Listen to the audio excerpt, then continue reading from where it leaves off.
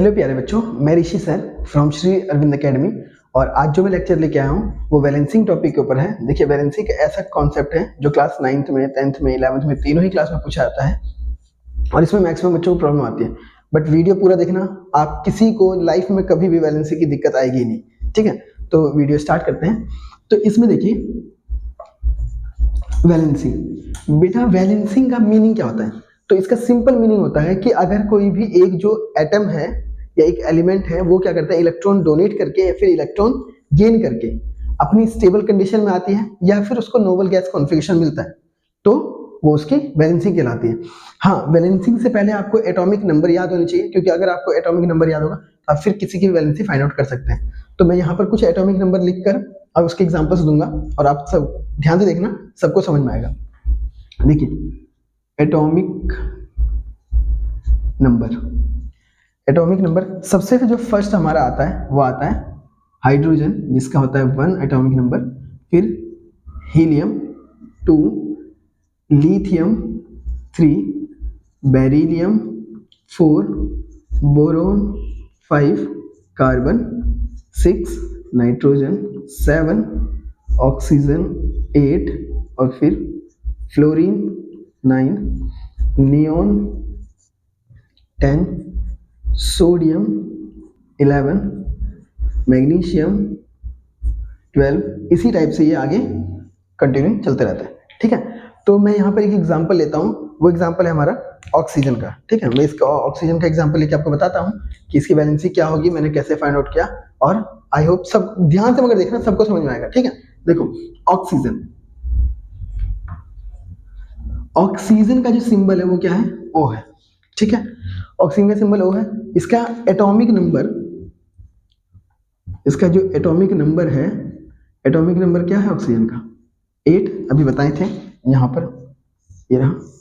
ठीक है, अब 8 है तो आपको पता है कि जो एक एटम है ना, ये स्फेरिकल शेप का है। स्फेरिकल है तो ये रिवॉल्व भी करता है। ठीक है, अपने न्यूक्लियस के अराउंड इसके जो इलेक्ट्रॉन्स होते हैं वो रिवॉल्व करते हैं। इसके पास 8 इलेक्ट्रॉन्स हैं। तो अब देखो, जो फर्स्ट सेल होता है जिसको हम के शेल बोलते हैं, ठीक है, के शेल, फिर जो सेकंड शेल होता है उसको हम एल शेल बोलते हैं, और फिर ऐसे ही थर्ड शेल आता है एम शेल। ठीक है, ओहो शेल,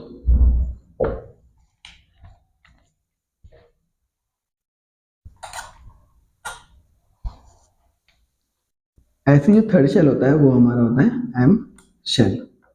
ठीक है, अब देखिए इसमें जो हमारा के शेल होता है, के शेल में मैक्सिमम इलेक्ट्रॉन जो होते हैं वो होते हैं 2, एल में 8, इसी टाइप से आगे कंटिन्यू चलता रहता है। ठीक है, तो इसको हम अब फिल आउट करते हैं। तो देखिए, अगर मैं इसका कॉन्फ़िगरेशन करूंगा ऑक्सीजन का, तो इसके पास इलेक्ट्रॉन कितने हैं? 8 इलेक्ट्रॉन है। तो इसके फर्स्ट के शेल में जहां पे मैक्सिमम 2 होते हैं, एल में जहां पे मैक्सिमम 8 होते हैं, तो इसको कितने मिलेंगे यहाँ पर? इसको तो सिर्फ 2 इलेक्ट्रॉन ही आएंगे इसमें। नेक्स्ट में 6। अब ये देखिए, इसके हो गए 8 कंप्लीट। बट ये वाले शेल में जो एल शेल है, एल में मैक्सिमम कितने इलेक्ट्रॉन होने चाहिए? 8 होने चाहिए। बट इसके पास है कितने? 6 है। तो अब यहाँ पे आता है डाउट कि सर ये इलेक्ट्रॉन लूज करके स्टेबल होगा या फिर गेन करके।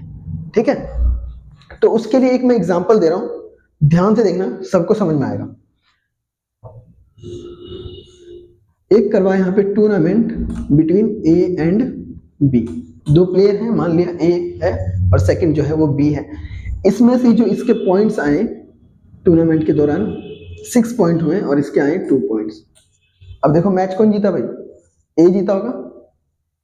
ठीक है, ए जीता, सेकंड तो हार गया होगा। बट मैंने ये कहा था कि मैं ट्रॉफी उसी को दूंगा जिसके की 8 आउट ऑफ 8 पॉइंट आए। अब तो ट्रॉफी किसी को नहीं मिलेगी। ठीक है, बट मैच हुआ है तो ट्रॉफी भी देनी पड़ेगी।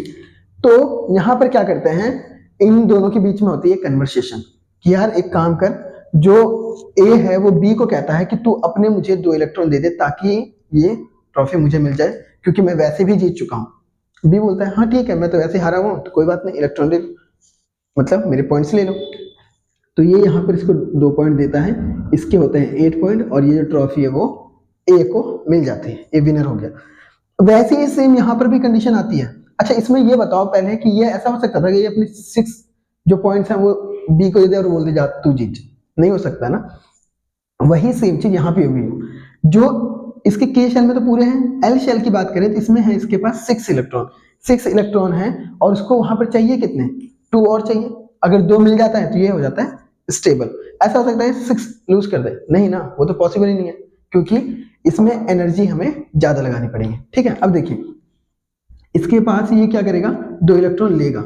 अब इसने 2 इलेक्ट्रॉन को लिया और इसके पास हो गए 8, इस के में तो ऑलरेडी 2 थी, इसके पास हो गया 8।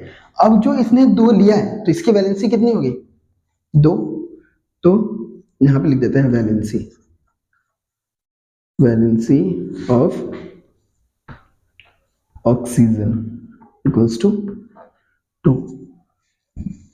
अब कई बच्चों को इसमें ये भी डाउट होता है सर वैलेंसी तो 2 आगे पर इस पर चार्ज क्या आएगा, नेगेटिव की 2 या फिर पॉजिटिव की 2, है ना। तो उसके लिए एक और एग्जांपल दे रहा हूं, ध्यान से देखना। अगर मान लिया कि 2 दोस्त हैं ए और बी, ए और बी हैं, इसमें क्या है जो बी वाला है ना वो रिच है, वो क्या है रिच पर्सन है, और जो ए वाला है वो थोड़ा सा पुअर है, गरीब है। अब ए को कुछ पैसों की नीड हुई, कुछ पैसों की जरूरत हुई, तो बी वाले को बोलेगा कि भाई मुझे अपने थोड़े से पैसे दे दो, ठीक है। तो बी बोलेगा हाँ ठीक है, दोनों फ्रेंड हैं तो आपस में इतना चलता ही है। अब मुझे नहीं पता कि आप लोग अपने फ्रेंड्स को पैसे देते हो या नहीं देते हो, हेल्प करते हो, बट यहाँ पे क्या बोला इसने, ए ने कहा बी को कि यार मुझे कुछ पैसों की नीड है तो तू मुझे दे दे। उसने कहा ठीक है। तो इसने क्या किया, जो बी वाला है, बी ने ए की हेल्प की, यहां पर इसने हेल्प की और इसको क्या थी, नीड थी। अब ध्यान से देखना यहाँ पे, बी ने ए की हेल्प की और ए को नीड थी पैसों की। तो अब ये बताओ कि इसको फीलिंग कैसी आई होगी, बी ने जब ए की मदद की है तो भाई पॉजिटिव फीलिंग आएगी, है ना। अब आप लोग का दोस्त को देने बाद तो दुखी हो जाते हो, पर यहाँ पर क्या है कि ये क्या करता है, इसको जब पैसे देता है तो इसको फीलिंग आती है पॉजिटिव, क्योंकि इसने पैसे दिए हैं।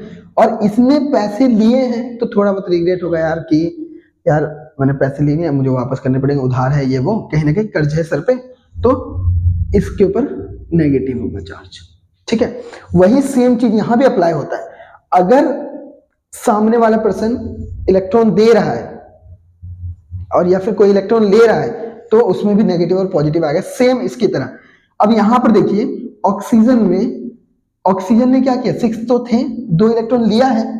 अगर लिया है तो इसके ऊपर चार्ज क्या आएगा, नेगेटिव आएगा। अगर ये देता तो पॉजिटिव आता, तो इसके ऊपर चार्ज क्या आएगा, नेगेटिव। तो चार्ज आ गया नेगेटिव। ठीक है, जो हम इस टाइप से रिप्रेजेंट करते हैं -2 से। ये आई होप सबको ही समझ में आया होगा, नहीं आया तो एक बार वापस रिकॉल करना वीडियो को, थोड़ा सा मतलब बैक करके दोबारा समझना, सबको आ जाएगा यार, बहुत आसान था ये, इससे आसान ट्रिक हो ही नहीं सकती। देखिए अब अगला एग्जांपल लेते हैं, वो है हमारा सोडियम Na, एटॉमिक नंबर 11। तो इसका जब मैं कॉन्फ़िगरेशन करूंगा तो K में कितने आएंगे, 2 इलेक्ट्रॉन, L में 8 और फिर M में हमारे 1 इलेक्ट्रॉन। ठीक है 1। तो अब ये बताओ कि 7 इलेक्ट्रॉन गेन करेगा या फिर 1 लूज करेगा, भाई 1 लूज करेगा। अगर 1 लूज करेगा, इलेक्ट्रॉन डोनेट किया है, तो डोनेट करने पे चार्ज क्या आता है, पॉजिटिव। तो क्या हो गया, वैलेंसी ऑफ सोडियम इज +1। इतना समझ में आया। ठीक है, अगला एग्जांपल फिर से लेता हूं एक और, इसको रफ कर देता हूं। देखिए इतना समझ में आया। अब हम अगला एग्जांपल लेते हैं किसका, कार्बन का। कार्बन जो है इसका एटॉमिक नंबर है 6। ठीक है 6 है, तो इसका अगर मैं कॉन्फ़िगरेशन करता हूं K, तो इसमें 2 इलेक्ट्रॉन, फिर L, इसमें हमारे 4 इलेक्ट्रॉन। अब सवाल ये आता है कि ये तो 4 हो गया, अच्छा इसमें चाहिए कितने थे, 4, इसमें 8 और इसमें 2, बट है कितने इसके पास, 4।